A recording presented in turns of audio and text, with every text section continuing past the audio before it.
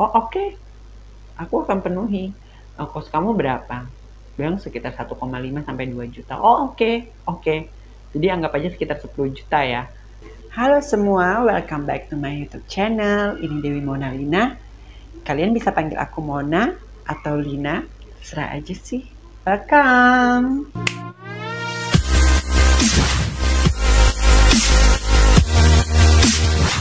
Teman-teman semua, aku di sini bakal cerita nih satu pengalaman ya. Jadi ada koko gitu, abang-abang lah ya. Dia pengen banget aku menjadi sebagai simpanannya, dan ini nyata terjadi, dan entah gimana kelanjutannya. Aku bener-bener merasa bimbang ya waktu itu, dilema banget, terima apa enggak. Jadi kisah ini bermula pas waktu aku mulai nge-YouTube dan viewsnya udah lumayan gitu ya untuk sebagai YouTuber pemula. Ternyata ada salah satu pengagum, ini berdasarkan pengakuannya si abang itu ya. Jadi dia ternyata mengagumi aku diam-diam dan dapat kontak person aku tuh melalui email gitu, dan lalu berlanjutlah ke obrolan melalui email itu, bahwa dia mengungkapkan bahwa aku mengagumi dan aku salut sama kamu atas keberanian kamu untuk mengungkapkan jati diri kamu di YouTube, katanya kayak gitu sih guys. Entah itu gombalan atau basa-basi doang, aku juga nggak apa sih, nggak menduga, nggak tahu juga gitu loh. Jadi setelah obrolan via email itu berlanjut terus, dan akhirnya kami ketemuan pertemuan pertama nih ya guys ya. Jadi dia banyak cerita bahwa dia mengagumi aku gitu, tapi bahasanya tentang YouTube aku aja gitu. Terus dia banyak cari tahu aku tuh asalnya dari mana, terus udah berapa lama di kota itu gitu loh, tempat aku tinggal. Terus dia banyak nanya sih, terus kegiatannya aku tuh apa aja, terus kerjaan aku apa aja. Dia banyak nanya tentang itu semua ke aku. Ya aku jawab apa adanya aja gitu. Terus kita ngopi, terus ngopi bareng dan banyak obrolan di situ. Pokoknya pertemuan pertama tuh kayak saling kenal, untuk mengenali lebih dalam gitu ya. Dan pertemuan pertama itu lumayan berkesan sih. Maksudnya dia tuh sopan ngomongnya, terus abang ini juga ya kayaknya punya respect ke aku, dan aku senang sih. Maksudnya dia tuh nggak kayak walaupun aku seorang trans, tapi dia tuh menganggap aku seperti wanita. Itu yang aku suka. Dan selanjutnya di pertemuan kedua juga tetap masih ngobrol-ngobrol biasalah. Di situ dia mulai kayak cerita tentang dirinya gitu, kayak dia tuh punya istri, terus punya peliharaan anjing, doggy ya. Dia punya peliharaan anjing, dan anjing tuh kayak anjing ras apa gitu, aku nggak paham. Kalau nggak salah tuh rasnya itu dari Jepang, dan itu lumayan wow harganya. Dan lucu banget doginya itu gitu loh. Namanya siapa aku lupa ya guys ya. Dia cuma nunjukin foto-foto sama video rekaman pendek gitu doginya itu gitu, dan aku seneng banget tuh lihat doginya gitu. Dan dia bercerita kalau dia juga nggak seringkali keluar kota gitu loh, antara kota A atau enggak kota B di ujung timur sana. Dan ya dia banyak cerita tentang dirinya gitu, tentang bagaimana kehidupan rumah tangganya gitu, dan tentang istrinya gitu.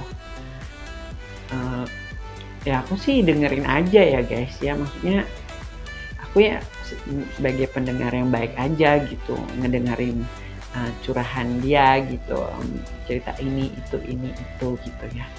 Nah, dan di pertemuan ketiga aku cerita ke dia bahwa aku bakal keluar kota dan kayaknya bakal waktu lama nggak akan pulang karena kayaknya aku udah merasa cukup di kota ini gitu, dan aku pengen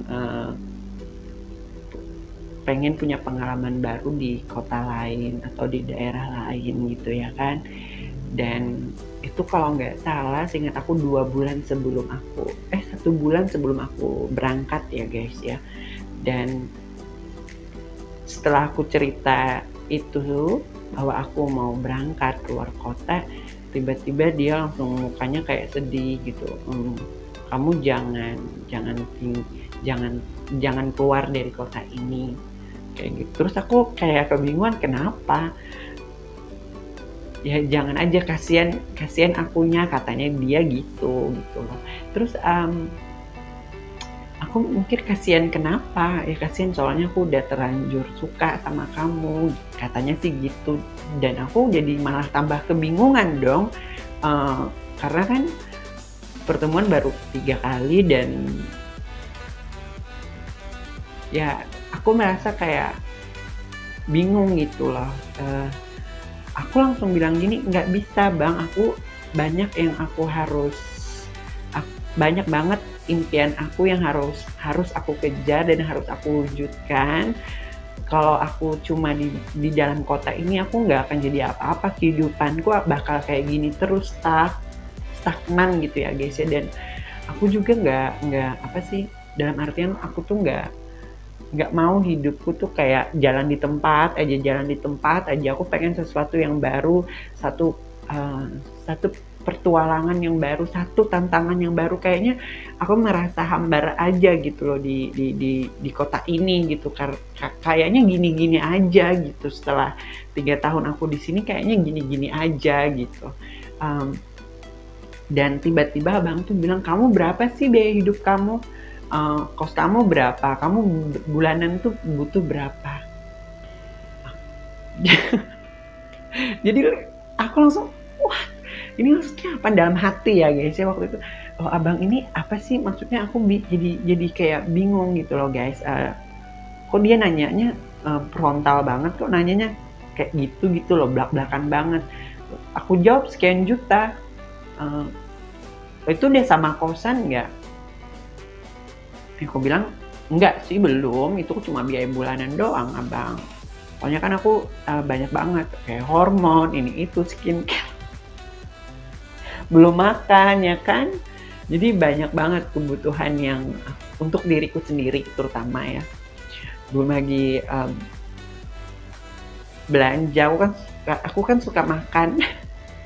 Ini suka nyicipin makanan dari luar gitu. Maksudnya kalau ada satu tempat makan yang aku penasaran, pengen tahu rasanya ini gimana. Jadi aku doyan aja sih kadang-kadang, seminggu sekali 2 kali seminggu kayak gitu.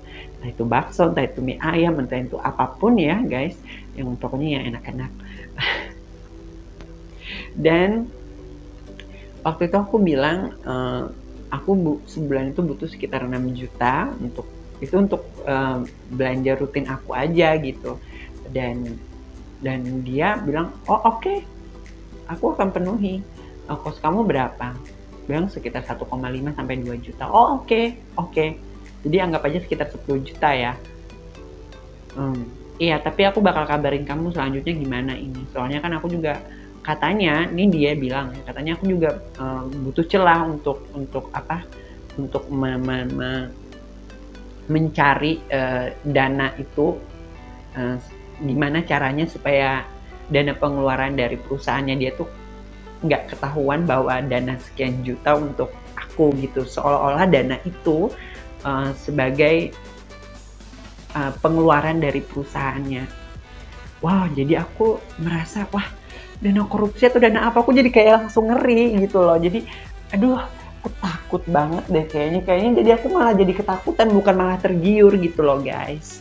Nah guys, jadi Koko ini dari ceritanya aku bisa tangkap gitu ya, bahwa dia tuh pengusaha dan punya beberapa ruko di kota itu dan di bagian timurnya, di ujung timurnya Indonesia. Dia juga sering bolak-balik gitu, tapi bolak-baliknya nggak sebentar, lumayan lama, bisa sebulan atau 2 bulan di kota di ujung timur Indonesia itu, lalu balik lagi ke kota tempat aku tinggal gitu. Yang menjadi aku dilema bukan dilema tapi agak mengerikan adalah bayangin nggak, dia tuh aku hargai, aku respect atas kejujuran dia tentang dana 10 juta itu. Dia bilang dia akan merekayasa dana itu seolah-olah itu bukan dari pengeluaran pribadi tapi dari pengeluaran perusahaannya dia, dan itu aku agak ngeri, dalam artian mengerikan. Dan juga dia bilang nanti kosnya harus di area ini ya. Aku tanya kenapa bang? Supaya deket. Terus dia bilang kosannya harus ada parkiran mobilnya ya, jangan terlalu ke dalam banget. Aku bilang kenapa? Soalnya aku nggak bisa bawa motor, katanya sih gitu. Oh gitu ya bang. Oke, terus dia bilang gini, kamu selama aku keluar kota nantinya kamu nggak boleh kemana-mana ya. Aku langsung kayak aduh, kayak dikurung di dalam sangkar dan terpenjara gitu loh guys. Dan aku memikirkan, terus aku ngapain bang? Ya kamu ngerawat diri aja, olahraga, ikut senam kayak gitu, grup-grup senam kayak gitu. Terus kamu bisa kerja sampingan kamu yang kamu cerita tadi gitu, katanya sih gitu. Terus gimana dong pertemuannya? Kalau mau ketemu gimana? Ya aku bakal datang ke kos kamu. Nah guys, yang aku takutin itu adalah kalau dia mendadak datang terus aku kebetulan sama bareng teman aku misalnya, atau enggak aku keluar, lagi jalan keluar. Masalahnya adalah aku nggak boleh nge-WhatsApp dia atau kontak dia atau nelpon dia duluan. Harus dia yang duluan nelpon aku, baru aku boleh komunikasi sama dia. Kamu ngebayangin nggak? Aku nggak boleh nelpon ke dia atau sekedar WhatsApp gitu, ngechat ke dia tuh nggak boleh, karena itu bisa bahaya. Takutnya dia lagi dekat dengan di samping istrinya atau lagi dengan atau ada bininya gitu loh. Dan itu yang ngeri banget. Dan yang aku pikirkan ke depan itu adalah kalau seandainya ya guys ya, lama kelamaan nih berlangsung perselingkuhan ini, kebayang nggak aku di kos terus bareng dia, tiba-tiba bininya datang. Waduh, bakal viral dong. Aku nggak bisa ngebayangin apa yang bakal terjadi guys. Gitu yang aku takuti banget, karena nggak banget buat aku nggak suka yang aneh-aneh ya guys ya.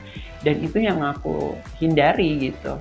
Dan selang beberapa waktu setelah pembicaraan itu, aku pun memberikan jawaban ke dia bahwa aku maaf banget, aku nggak bisa nerima tawaran yang kayak gitu. Bagiku ini ngeri banget gitu loh.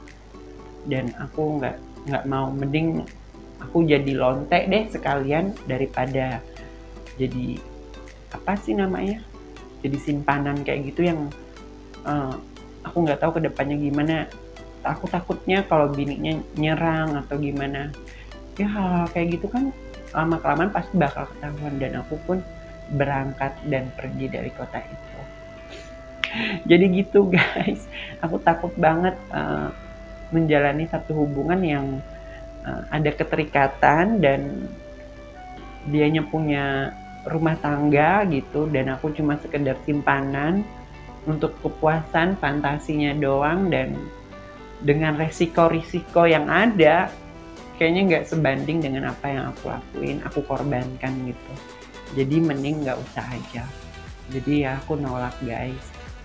10 juta per bulan loh guys, aku nolak. Dan nggak apa-apa, aku bisa kok mencari rezeki yang lain. Dan jadi ya gitu aja sih. Tapi aku nge-YouTube ini sebenarnya cuma sharing-sharing doang dulu, sharing apa yang merasakan, supaya berbagi cerita kan seru ya guys ya. Jadi gitu. Menurut kalian gimana tuh guys kalau seandainya aku menerima tawaran itu, menurut kalian gimana? Kira-kira oke aja nggak sih kalau aku nerima tawaran itu? Atau mungkin kurang ya 10 juta? Atau ngerayunya kurang bagus kali ya guys ya? Ya pokoknya macem-macem lah ya kan kawan-kawan. Jadi gitu dulu ya teman-teman, yang penting aku udah cerita. Kalau pengen cerita yang lain bisa kalian tulis di kolom komentar, dan jangan lupa kasih like di video ini, terus tulis di komen apa yang pengen kalian harapkan dari channel aku, dan cerita apa selanjutnya yang pengen aku sharing. Dan kalau kalian mau komen bisa tulis di DM aku Instagram ya, Dewi Monalina. Itu aja guys ya. Makasih, makasih, makasih. Bye.